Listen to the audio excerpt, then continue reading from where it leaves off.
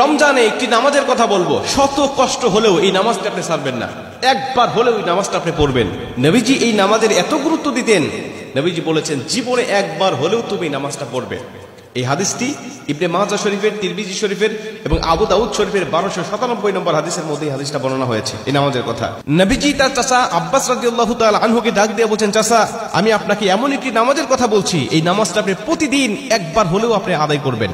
চাচা যদি প্রতিদিন সম্ভব না হয়, অন্তত সপ্তাহে একবার হলেও আপনি নামাজটা পড়বেন। যদি সপ্তাহে সম্ভব না হয়, তাহলে আপনি মাসে অন্তত একবার এই নামাজটা আদায় করবেন। চাচা যদি মাসেও আপনার পক্ষে কষ্টকর হয়ে যায়, বছরে একবার পড়বেন। যদি বছরেও না পারেন, জীবদ্দশায় অন্তত একবার হলেও নামাজটা পড়বেন। কারণ এই নামাজটা এত পাওয়ারফুল নামাজ। এই নামাজটা আদায় করার কারণে আপনার প্রকাশ্যে অপ্রকাশ্যে যত গুনাহ করেছেন, আপনার ইচ্ছায় অনিচ্ছায় যত গুনাহ করেছেন, আপনার অতীত জীবনে যত গুনাহ করেছেন, সব গুনাহ আল্লাহ আপনাকে ক্ষমা করে দেবে। চাচা এই নামাজটার নিয়মটা একটু ব্যতিক্রম। এই নামাজটাকে বলা হয় সালাতুত তাসবিহ। এই নামাজের মধ্যে অতিরিক্ত কিছু তাসবিহ পাঠ করতে হয়। সুবহানাল্লাহ, আলহামদুলিল্লাহ, লা ইলাহা ইল্লাল্লাহ, আল্লাহু আকবার। এই চারটা তাসবিহ একত্রিত করে সুবহানাল্লাহি ওয়াল হামদুলিল্লাহি ওয়া লা ইলাহা ইল্লাল্লাহু আল্লাহু আকবার, এই তাসবিহগুলো, এই বাক্যগুলো এখানে পাঠ করতে হয়। 4 রাকাত বিশিষ্ট এই নামাজ সালাতুত তাসবিহ 4 রাকাত পড়তে হয় এক নিয়তে। 4 রাকাত নামাজে প্রতি রাকাতে 75 বার করে করে মোট 300 বার এই তাসবিহটা পাঠ করতে হয়। সুবহানাল্লাহি ওয়াল হামদুলিল্লাহি ওয়া লা ইলাহা ইল্লাল্লাহু আল্লাহু আকবার, এই তাসবিহটা, এই দোয়াটা 75 বার করে করে প্রতি 4 রাকাতে মোট 300 বার করে আপনি পাঠ করবেন। কি নিয়মে পাঠ করবেন আমি আপনাকে নিয়মটা শেখাচ্ছি। আবু দাউদ শরীফের 1297 নম্বর হাদিসের মধ্যে যে নিয়মটা এসেছে, আমি এই নিয়মটা আপনাকে শেখাচ্ছি। আমাদের সমাজে আর বেশ কিছু মানুষ বেশ কিছু নিয়ম বলে, কিন্তু আমি আপনাকে হাদিস থেকে সরাসরি নিয়মটা জানাচ্ছি। এটা আপনি রেকর্ড করে নেন, খাতা কলম থাকলে লিখে নেন। প্রয়োজনে এটা যত সোশ্যাল মিডিয়াতে যাবে, ফেসবুক ইউটিউবে যাবে, এটা আপনি সেভ করে নিজ আইডিতে শেয়ার করে রেখে দিবেন, যাতে আপনিও শিখতে পারেন, অন্য মানুষকে শিখাতে পারেন। আপনার শেখানোর কারণে কেউ যদি নামাজটা আদায় করতে পারে, ও যে সওয়াবটা অর্জন করবে, সওয়াবের একটা অংশ আল্লাহ আপনার আমলনামায়ও দান করবে। এজন্য এগুলো মানুষের কাছে ছড়িয়ে দিবেন যত সম্ভব হয়।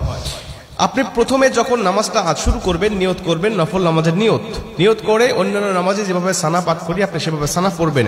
অন্যান্য নামাজে যেভাবে সূরা ফাতিহা পড়ি ওভাবে সূরা ফাতিহা পড়বেন। অন্যান্য নামাজে সূরা ফাতিহার পরে যেভাবে সূরা মিলান ওইভাবে সূরা মিলাবেন। সূরা মিলানোর পরে রুকুতে যাওয়ার আগে দাঁড়ানো অবস্থায় আপনি 15 বার এই তাসবিহটা পাঠ করবেন। সুবহানাল্লাহি ওয়াল হামদুলিল্লাহি ওয়া লা ইলাহা ইল্লাল্লাহু আল্লাহু আকবার, এই তাসবিহটা পাঠ করলেন 15 বার।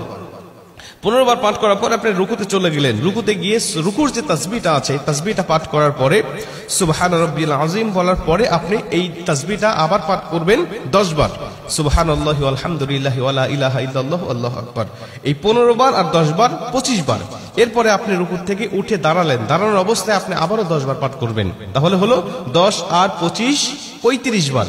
এরপরে আপনি রুকুতে চলে যাবেন। রুকুতে গিয়ে রুকুর তাসবিহটা পাঠ করার পরে আবারও পড়বেন 10 বার। এই হলো 35 আর 10 45 বার। এরপরে আপনি রুকু থেকে আবার উঠে বসে পড়লেন। বসার পরে আপনি আবার পড়বেন 10 বার। 45 আর 10 55 বার। এরপরে আপনি আবার রুকুতে চলে যাবেন। রুকুতে গিয়ে রুকুর তাসবিহ পাঠ করার পরে আবার পড়বেন 10 বার। এই হলো 10 আর 55 65 বার। এরপরে রুকু থেকে যখন উঠবেন, উঠে প্রথম রাকাতে আপনাকে দাঁড়াতে হবে, না দাঁড়িয়েই আপনি বসা অবস্থায় আবার 10 বার পাঠ করবেন। এই হলো 65 আর 10 75 বার। দ্বিতীয় রাকাতে ঠিক একই নিয়মে, তৃতীয় রাকাতে ঠিক একই নিয়মে, চতুর্থ রাকাতেও একই নিয়মে, এই 4 রাকাতে 75 বার করে করে যখন 300 বার পাঠ করে আপনি সালাম ফিরিয়ে নামাজটা শেষ করবেন, সালাতুত তাসবিহ নামাজটা আপনার আদায় হয়ে গেল।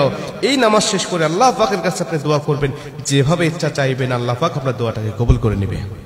আমরা দেখেছি বেশ কিছু পিকচারের মধ্যে, বেশ কিছু জায়গায়, বেশ কিছু লেখায় আপনি এই নিয়মটা বর্ণনা করার পাশাপাশি একটু ব্যতিক্রম বর্ণনা করা হয়েছে, যে শেষ রাকাতে সেজদা থেকে উঠে বসে না পড়ে রুকুতে যাওয়ার আগেই মোট 25 বার পড়তে হবে। অর্থাৎ রুকুতে যাওয়ার আগে 10 বার আর সানা পড়ার পরে 15 বার। এই নিয়মটা বর্ণনা করা আছে, কিন্তু হাদিস শরীফের মধ্যে আমি যেটা বললাম এই নিয়মটা বর্ণনা করা আছে। অতএব এই নিয়মে যদি আপনি নামাজটা আদায় করেন, আশা করা যায় আপনার নামাজটা কবুল হয়ে যাবে।